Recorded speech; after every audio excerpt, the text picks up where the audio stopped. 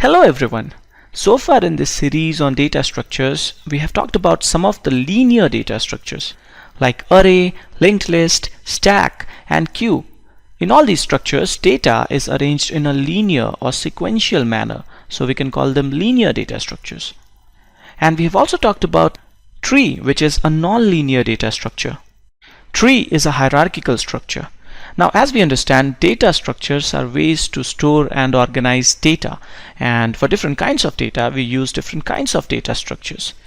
In this lesson we are going to introduce you to another non-linear data structure that has got its application in a wide number of scenarios in computer science. It is used to model and represent a variety of systems, and this data structure is graph.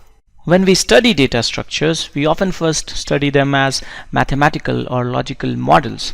Here also, we will first study graph as a mathematical or logical model, and we will go into implementation details later. Okay, so let's get started.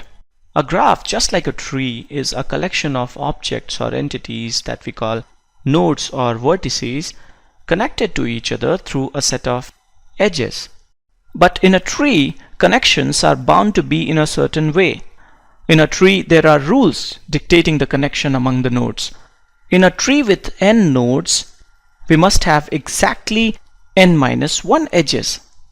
One edge for each parent-child relationship.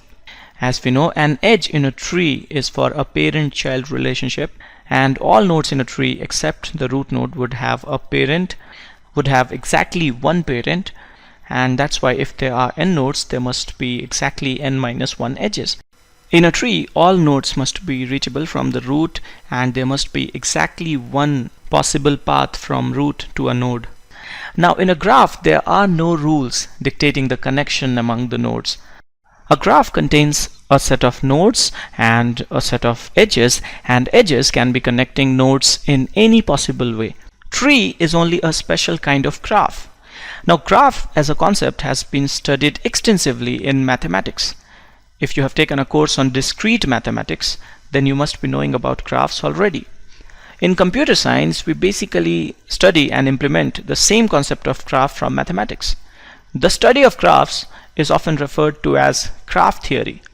In pure mathematical terms, we can define graph something like this. A graph G is an ordered pair of a set V of vertices and a set E of edges. Now I'm using some mathematical jargon here. An ordered pair is just a pair of mathematical objects in which the order of objects in the pair matters. This is how we write and represent an ordered pair. Objects separated by comma put within parentheses. Now because the order here matters, we can say that V is the first object in the pair and E is the second object. An ordered pair AB is not equal to BA unless A and B are equal. In our definition of graph here, first object in the pair must always be a set of vertices and the second object must be a set of edges. That's why we are calling the pair an ordered pair. We also have concept of unordered pair. An unordered pair is simply a set of two elements. Order is not important here. We write an unordered pair using curly brackets or braces. Because the order is not important here, unordered pair AB is equal to BA. It doesn't matter which object is first and which object is second. Okay, coming back. So a graph is an ordered pair of a set of vertices and a set of edges, and G equal VE is a formal mathematical notation that we use to define a graph. Now I have a graph drawn here in the right. This graph has 8 vertices and 10 edges. What I want to do is I want to give some names to these vertices, because each node in a graph must have some identification. It can be a name or it can be an index. I'm naming these vertices as V1, V2, V3, V4, V5 and so on, and this naming is not indicative of any order. There is no first, second and third node here. I could give any name to any node. So my set of vertices here is this. We have 8 elements in the set: V1, V2, V3, V4, V5, V6, V7 and V8. So this is my set of vertices for this graph. Now what's my set of edges? To answer this, we first need to know how to represent an edge. An edge is uniquely identified by its two endpoints. So we can just write the names of the two endpoints of an edge as a pair, and it can be a representation for the edge. But edges can be of two types. We can have a directed edge in which connection is one way, or we can have an undirected edge in which connection is two-way. In this example graph that I'm showing here, edges are undirected. But if you remember the tree that I had shown earlier, then we had directed edges in that tree. With this directed edge that I'm showing you here, we are saying that there is a link or path from vertex U to V, but we cannot assume a path from V to U. This connection is one way. For a directed edge, one of the endpoints would be the origin and the other endpoint would be the destination. And we draw the edge with an arrowhead pointing towards the destination. For our edge here, origin is U and destination is V. A directed edge can be represented as an ordered pair. First element in the pair can be the origin and second element can be the destination. So with this directed edge represented as ordered pair UV, we have a path from U to V. If we want a path from V to U, we need to draw another directed edge here with V as origin and U as destination. And this edge can be represented as ordered pair VU. The upper one here is UV and the below one is VU. And they are not same. Now if the edge is undirected, the connection is two-way. An undirected edge can be represented as an unordered pair. Here, because the edge is bidirectional, origin and destination are not fixed. We only need to know what two endpoints are being connected by the edge. So now that we know how to represent edges, we can write the set of edges for this example graph here. We have an undirected edge between V1 and V2. Then we have one between V1 and V3. Then we have V1, V4. This is really simple. I'll just go ahead and write all of them. So this is my set of edges. Typically in a graph, all edges would either be directed or undirected. It's possible for a graph to have both directed and undirected edges, but we are not going to study such graphs. We are only going to study graphs in which all edges would either be directed or undirected. A graph with all directed edges is called a directed graph or digraph, and a graph with all undirected edges is called an undirected graph. There is no special name for an undirected graph. Usually, if the graph is directed, we explicitly say that it's a directed graph or digraph.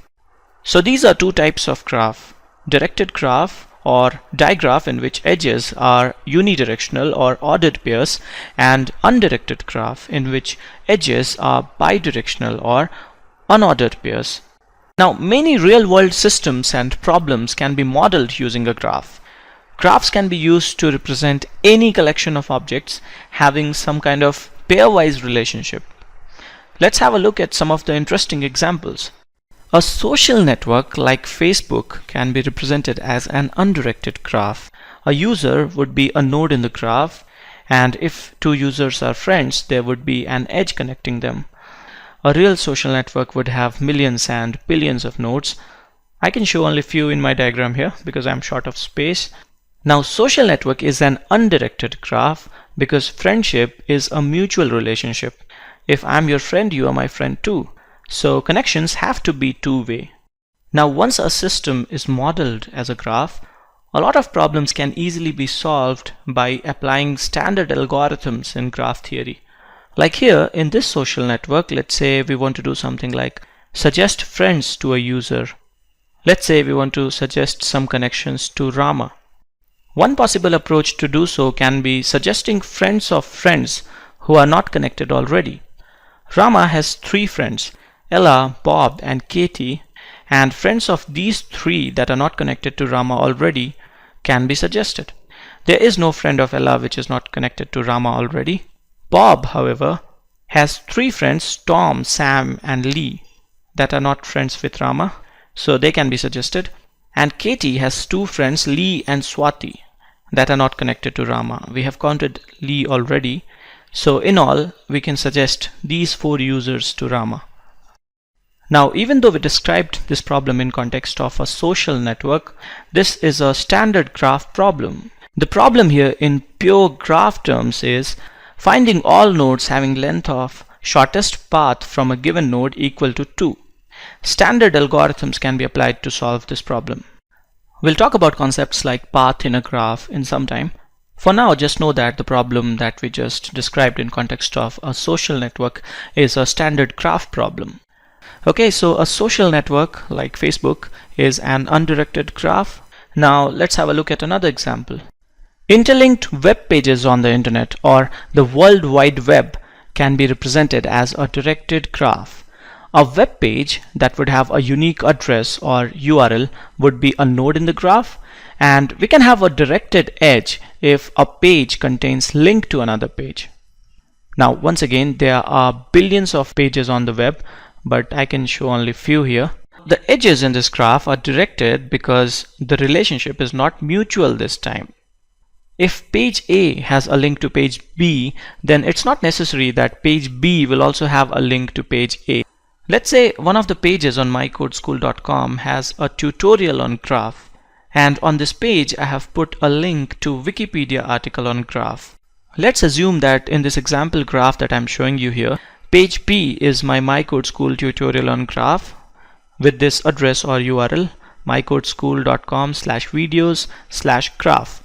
And let's say page Q is the Wikipedia article on graph with this URL wikipedia.org/wiki/graph.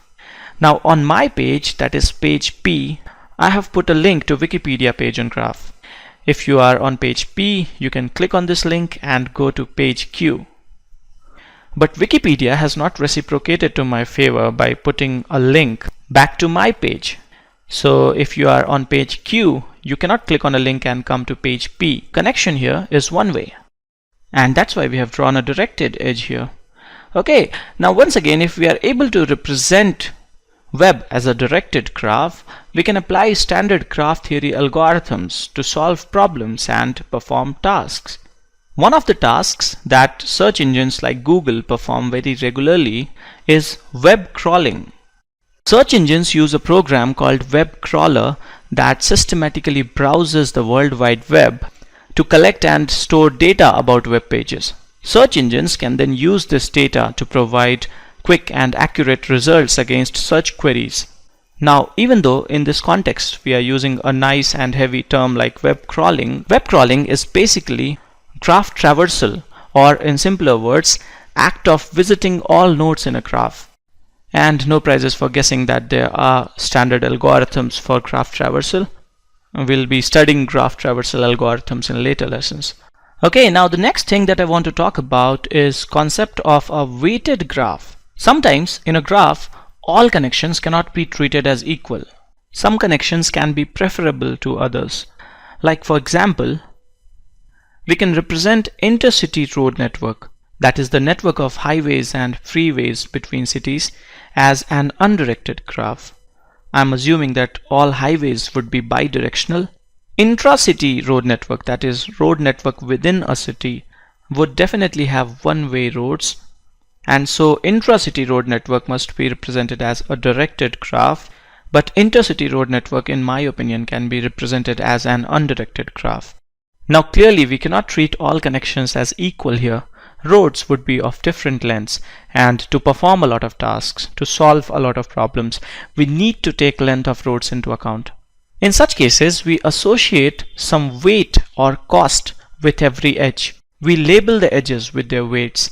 In this case, weight can be length of the roads. So what I'll do here is I'll just label these edges with some values for their lengths. And let's say these values are in kilometers. And now edges in this graph are weighted, and this graph can be called a weighted graph. Let's say in this graph we want to pick the best route from city A to city D.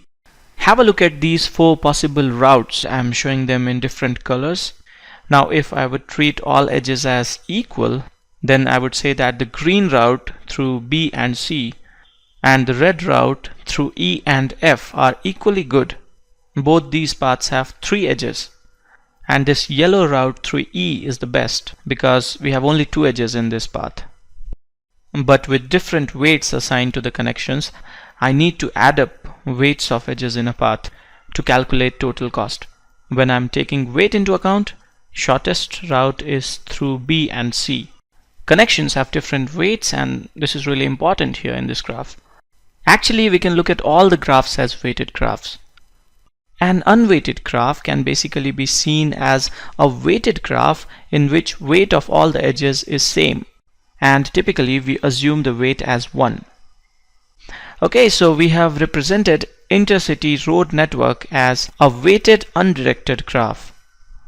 Social network was an unweighted undirected graph, and World Wide Web was an unweighted directed graph, and this one is a weighted undirected graph. Now this was intercity road network. I think intracity road network, that is road network within a city, can be modeled as a weighted directed graph, because in a city there would be some one-ways. Intersections in intracity road network would be nodes, and road segments would be our edges. And by the way, we can also draw an undirected graph as directed. It's just that for each undirected edge, we'll have 2 directed edges. We may not be able to redraw a directed graph as undirected, but we can always redraw an undirected graph as directed. Okay, I'll stop here now. This much is good for an introductory lesson. In next lesson, we will talk about some more properties of graph. This is it for this lesson. Thanks for watching.